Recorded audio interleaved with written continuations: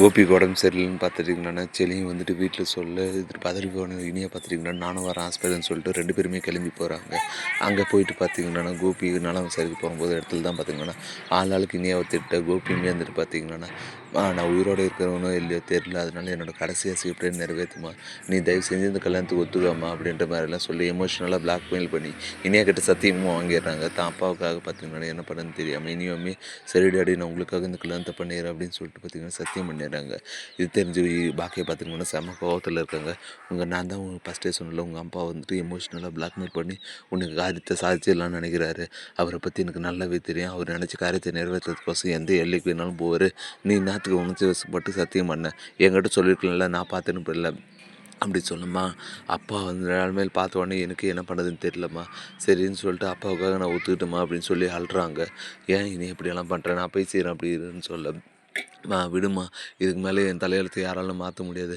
அப்பாவோட ஆசை அதான்னா நான் பண்ணிடுறேம்மா, என்ன பண்ணுறது அப்படின்னு சொல்லிட்டு பார்த்தீங்கன்னா ஓன்னு அழுறாங்க. இதனால் பொறுக்க முடியாது. பாக்கியை பார்த்தீங்கன்னா தான் அத்தையை கால் பண்ணி, ஏன் அத்தை இப்படியெல்லாம் பண்ணுறீங்க, நீ எவ்வளோ கஷ்டப்படுறான்னு உங்களுக்கு தெரியுதா, நான் தான் சொல்கிறேன்ல அவளுக்கு இந்த கல்யாணத்தில் சுத்தமாக விருப்பம் இல்லைன்னு சொல்லிட்டு, அப்படி இருந்தும் என்னத்துக்கு அவளை ஃபோர்ஸ் பண்ணுறீங்க அப்படின்னு சொல்லிட்டு உடனே இதை கேட்ட ஈஸ்வரி பார்த்தீங்கன்னா செம்ம டென்ஷன் ஆயிருங்க. பாக்கியா, நீ உனக்கு ஒன்றும் தெரியாது, உன் பொண்ணோட வாழ்க்கையில் நீயே மண்ணை வாரி போட்டுக்காத, நாங்கள் எல்லாத்தையும் பார்த்துக்கிறோம், உன் வேலை என்னவோ அதை பார்த்துன்னு இரு அப்படின்ற மாதிரி திட்டுறாங்க. நான் சொல்கிறத கொஞ்சமான கேளு, என் பொண்ணு வாழ்க்கையில் விளையாடாதீங்க அப்படின்ற மாதிரிலாம் சொன்னாலுமே வந்துட்டு ஈஸ்வரி கேட்குற மாதிரி இல்லை. பாக்கியம் இதுக்கு மேலே எதான்னு பேசினேன்னா நான் உயிரோடவே இருக்க முடியாது, அமைதியாக இரு, எல்லாத்தையும் நான் பார்த்துரு அப்படின்னு சொல்லிட்டு பார்த்தீங்கன்னா கோவமாக ஃபோனையும் கட் பண்ணிடுறாங்க. கல்யாணத்துக்கான நாளும் வருது. எல்லாருமே வந்து பரபரப்பாக ரெடி ஆகிட்டு இருக்கிறதான் இந்த விஷயம் கேள்விப்பட்ட ஆகாஷ் பார்த்திங்கன்னா ஒரு பக்கம் ரொம்பவே கஷ்டப்பட்டு இருக்காரு.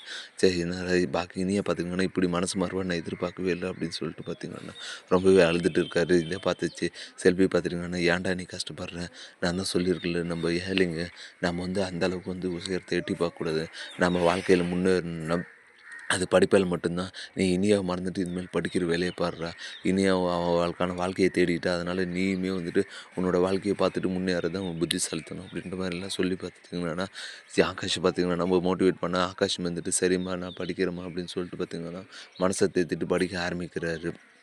இப்படி போயிட்டு இருக்க கல்யாண மண்டபத்தில் பார்த்திங்கன்னா எல்லாருமே பரபரப்பாக இது பண்ணிட்டு இருக்கிறது. சந்தோஷ் பார்த்துட்டிங்கன்னா தான் காரியத்தை வந்து நிறைவேற்றணும்னு சொல்லிட்டு பார்த்திங்கன்னா பத்திரத்தை எடுத்து வந்து, சரி இந்த கல்யாணம் நல்லபடியாக நடக்கணும்னா நீ பாக்கியாவோட ரெஸ்டாரண்ட் எனக்கு வேணும், நான் ஒன்றும் இது ஃப்ரீயாக கேட்கல, உன் பொண்ணுக்காகவே தான் எழுதி கேட்குறேன் அப்படின்னு சொல்ல அப்போ தான் பார்த்திங்கன்னா சுதாகரோட உண்மையான முகம் தெரிய வருது.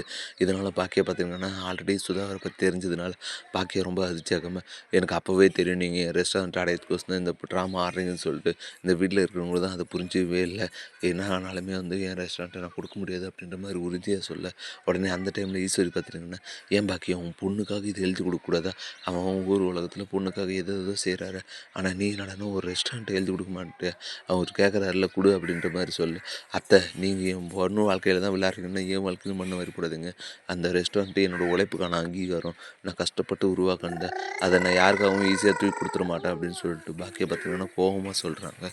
இப்படி தான் வரப்போகிற எபிசோடு வந்து போகுது. அடுத்து என்னெல்லாம் இன்ட்ரெஸ்டிங்காக நடக்க போகுதுன்றதை நம்ம பொறுத்து தான் பார்க்கணும். மேலும் போன்ற அப்டேட்ஸ் தெரிந்து கொள்ள மறக்காம நம்ம சேனலை சப்ஸ்கிரைப் பண்ணுறேங்க, கூட பெல் பட்டனே அழுத்துங்க, அப்போ தான் நான் போடுற ஒவ்வொரு வீடியோ உங்களுக்கு நோட்டிஃபிகேஷன் வரும். தேங்க்யூ.